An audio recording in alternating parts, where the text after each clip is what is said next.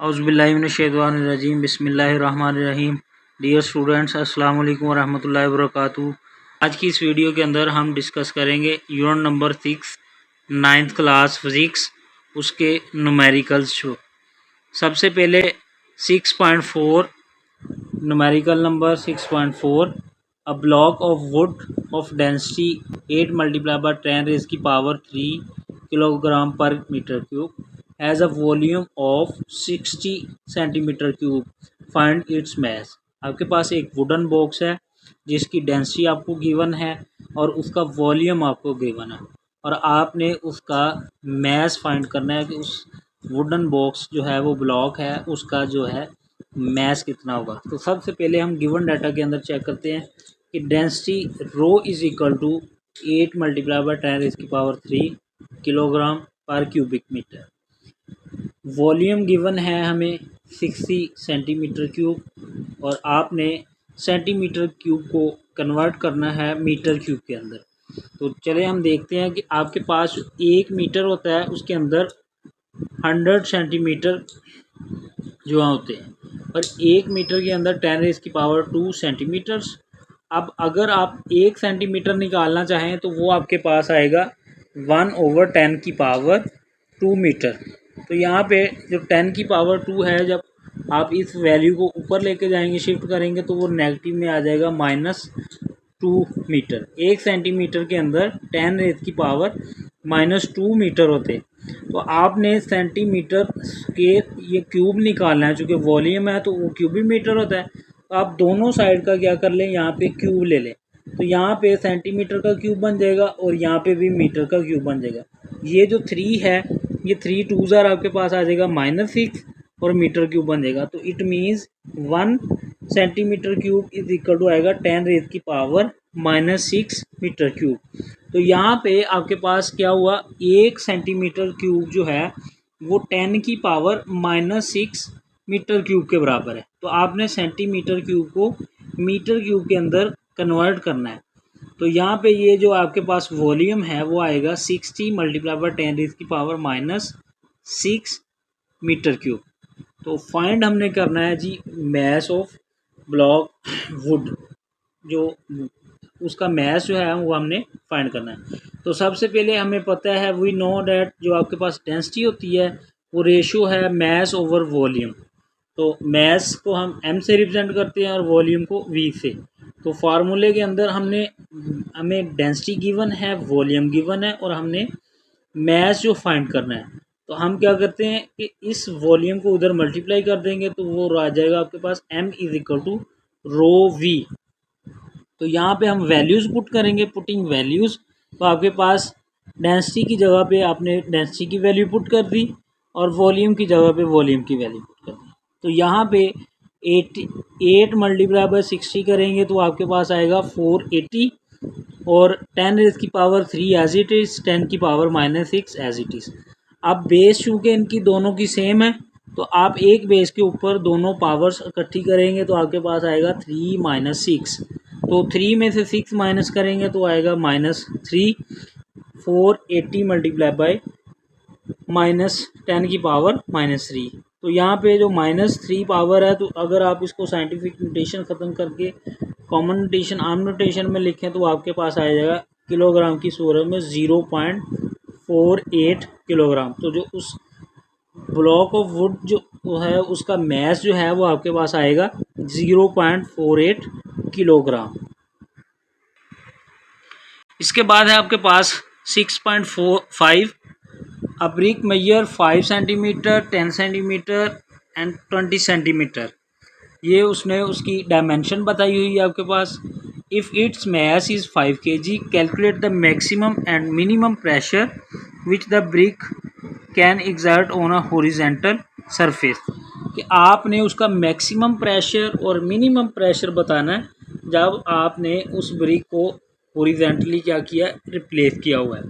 Given data के अंदर सबसे पहले हमें उस ब्रिक का, ईंट का मैस जो है वो दिया हुआ है 5 kg है मेरे पास, और जो उसका वॉल्यूम है, वॉल्यूम असल में तीनों डायमेंशन, लेंथ, विड्थ और हाइट, अब उनको तीनों को मल्टीप्लाई करेंगे तो आपके पास वॉल्यूम आएगा। अब हमने क्या करना है, फाइंड उसमें करना है जी मैक्सिमम प्रेशर कितना लगेगा उसके ऊपर, और मिनिमम प्रेशर जो है वो पी डैश, उसको मैंने रिप्रेजेंट किया हुआ है पी डैश, और पी आपने पी जो है वो आपका मैक्सिमम प्रेशर है और जो मिनिमम प्रेशर है वो आपके पास पी डैश है, ये हमने फाइंड करना है।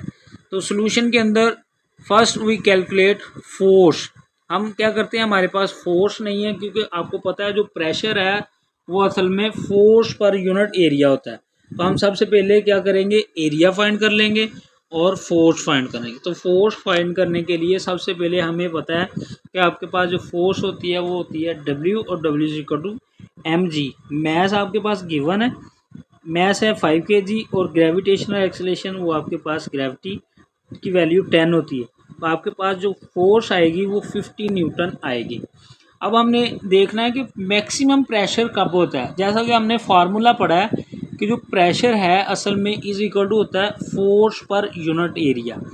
तो देखें आप यहाँ पे कि अगर एरिया आपका स्मॉल है तो प्रेशर ज़्यादा होगा।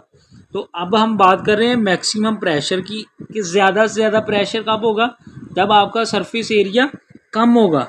तो आपके पास 3 डायमेंशन उसने दी है। अब एरिया जो है वो असल में लेंथ मल्टीप्लाई बाय वेड्थ है। अगर आप इन दोनों को निकालते हैं तो आपके पास बनेगा 50 सेंटीमीटर स्क्वायर, और दूसरा आपके पास बनेगा, अगर इन दोनों डायमेंशन को करते हैं, 5 10 20 बन गया, और 5 20 वो आपके पास एक बनेगा 100 सेंटीमीटर स्क्वायर,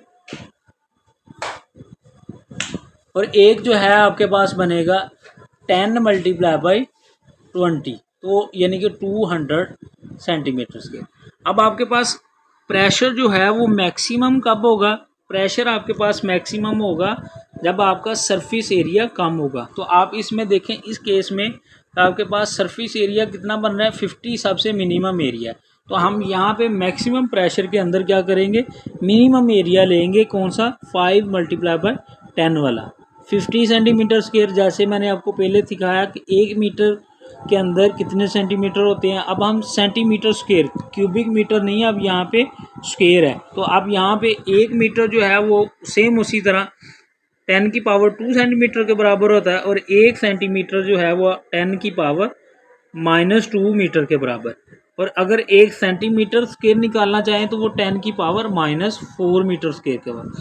अब यहाँ पे 10 की पावर जो सेंटीमीटर स्क्वायर है उसको आप मीटर स्क्वायर में चेंज करेंगे, तो यहाँ पे सेंटीमीटर की जगह पे 10 की पावर -4 मीटर स्क्वायर आएगा। तो 50 एज इट इज़, और 1 सेंटीमीटर किसके बराबर, 10 की पावर -4 मीटर स्क्वायर के बराबर है।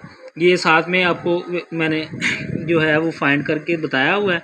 1 सेंटीमीटर स्क्वायर किसके बराबर, 10 की पावर -4 मीटर स्क्वायर के बराबर। तो जैसा कि हमें फार्मूला पता है, प्रेशर इज इक्वल टू होता है फोर्स पर यूनिट एरिया। अब फोर्स उसमें आपको गिवन जो है वो दी गई है कि आपके पास जो हमने निकाली 50 न्यूटन आई है, और आपके पास जो सरफेस एरिया है वो अभी आपने निकाला है 50 मल्टीप्लाई 10 की पावर -4। अब 50 के साथ 50 कैंसिल आउट हो गया, और यहाँ पे आपके पास आ गया 1/10 की पावर -4, और 10 की पावर -4 जब ऊपर जाएगा तो वैल्यू उसकी प्लस हो जाएगी। तो यहाँ पे प्रेशर जो है वो आपके पास आएगा 10 की पावर 4 पास्कल। अब हम बात करते हैं मिनिमम प्रेशर। जिस तरह मैं पहले देखा कि प्रेशर मैक्सिमम होगा जब एरिया आपका कम होगा। अब जो आपके पास प्रेशर मिनिमम कब होगा, जब आपका सरफेस एरिया ज़्यादा होगा। तो आपका जो सरफेस एरिया है, सरफेस एरिया कौन सा ज़्यादा बन रहा है, वो बन रहा है आपका 200 सेंटीमीटर स्क्वायर। तो यानी कि ये वाली जो डायमेंशन है 10 मल्टीप्लाई बाय 20 वाली, ये आपने लेनी है। तो अब हम एरिया जो है वो कंसीडर करेंगे। हमारा जो एरिया है वो आएगा 10 centimetre multiply by 20 centimetre, 200 centimetre square. कि अगर आपका प्रेशर जो मिनिमम कब होगा, जब आपका सरफेस एरिया ज़्यादा होगा, क्योंकि इन्वर्स रिलेशन है, इसलिए प्रेशर मिनिमम होगा जब एरिया ज़्यादा होगा। जब एरिया कम होगा तो आपका प्रेशर ज़्यादा होगा। अब प्रेशर आपका मिनिमम कब होगा, जब सरफेस एरिया ज़्यादा लेंगे। तो सरफेस एरिया मैक्सिमम हमारा है 200 सेंटीमीटर स्क्वेयर। तो यहाँ पे वैल्यू सेम उसी तरह आपने पुट की है, सेंटीमीटर स्क्वेयर की जगह पे 10 की पावर -4 मीटर स्क्वेयर, और 200 को हमने लिख दिया 2 मल्टीप्लाई बाय 10 की पावर 2। अब बेस इनकी दोनों की सेम है, 10 है, ये भी 10 है, तो 10 की पावर 2 - 4 पावर से मैंने इकट्ठी की, तो 2 में से 4 माइनस किए तो -2। यहाँ पे आपके पास आ गया 2 मल्टीप्लाई बाय 10 रेज़ की पावर -2 मीटर स्क्वेयर, जो एरिया आ गया। अब हम प्रेशर जो है वो P डैश मिनिमम प्रेशर है, फार्मूला वही है, force per unit area. Force आपके पास है 50 न्यूटन, और प्रेशर जो एरिया है वो अभी आपने फाइंड किया है 2 मल्टीप्लाई बाय 10 की पावर -2, वो पुट कर दिया। वो जैसे मैंने पुट किया तो यहाँ पे 2 25 आर, और 25 वैसे ही 10 की पावर -2 जो है जब ऊपर मूव करेगा तो यहाँ पे इसकी पावर जो है प्लस हो जाएगी, तो वो आपके पास बच जाएगा 25 मल्टीप्लाई बाय 10 की पावर 2। जो मिनिमम प्रेशर आएगा वो आपके पास आएगा 25 मल्टीप्लाई बाय 10 रेज़ की पावर 2 पास्कल। तो रिज़ल्ट हमने एंड पे देखा, जो मैक्सिमम प्रेशर है वो 10 की पावर 4 पास्कल आया, और जो मिनिमम प्रेशर है वो आपके पास है जी 25 मल्टीप्लाई बाय 10 रेज़ की पावर 2 पास्कल। उसके बाद है 6.6, what will be the height of the mercury if replaced by water of density 1000 kilogram per cubic meter where density of mercury is।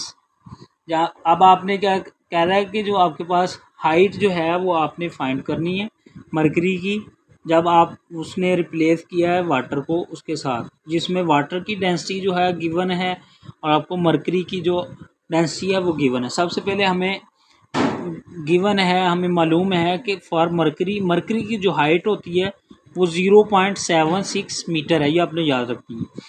तो जो डेंसिटी ऑफ मरकरी है वो आपके पास गिवन है क्वेश्चन के अंदर 13.6 मल्टीप्लाई बाय 10 की पावर 3। तो वो आपने रो 1 for mercury, height 1 for mercury के लिए हाइट 1 और रो 1 मरकरी के लिए रखना है। तो आपके पास जो डेंसिटी है मरकरी की वो 13.6 मल्टीप्लाई बाय 10 की power 3 kilogram per cubic metre.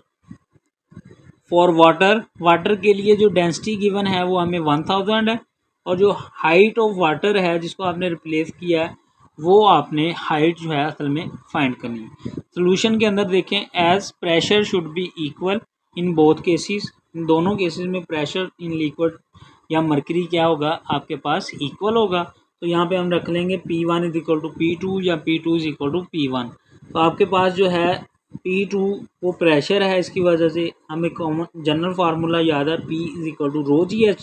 तो यहाँ पे 2 दोनों का जो है वाटर के लिए आपने इस्तेमाल किया और 1 जो है वो आपने मरकरी के लिए इस्तेमाल किया। तो यहाँ पे आ जाएगा रो 2 G, ग्रेविटी दोनों के लिए सेम है H2, और रो 1 H1।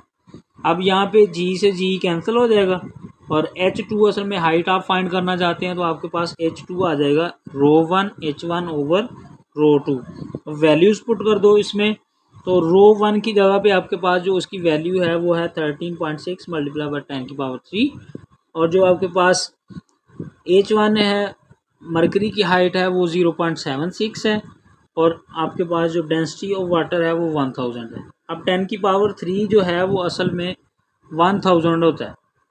अब 1000 लिख लें या 10 की पावर 3 लिख लें, 10 की पावर 3 1000 से कैंसिल आउट हो गया, तो आपके पास जो रिमेनिंग आया वो 13.6 मल्टीप्लाई बाय 0.76। इन दोनों को जब आपने मल्टीप्लाई किया तो आपके पास जो फाइनल हाइट आई है वो 10.3 मीटर। तो जो हाइट ऑफ वाटर है H2 है वो आपने फाइंड की है, वो आपके पास आई है 10.3।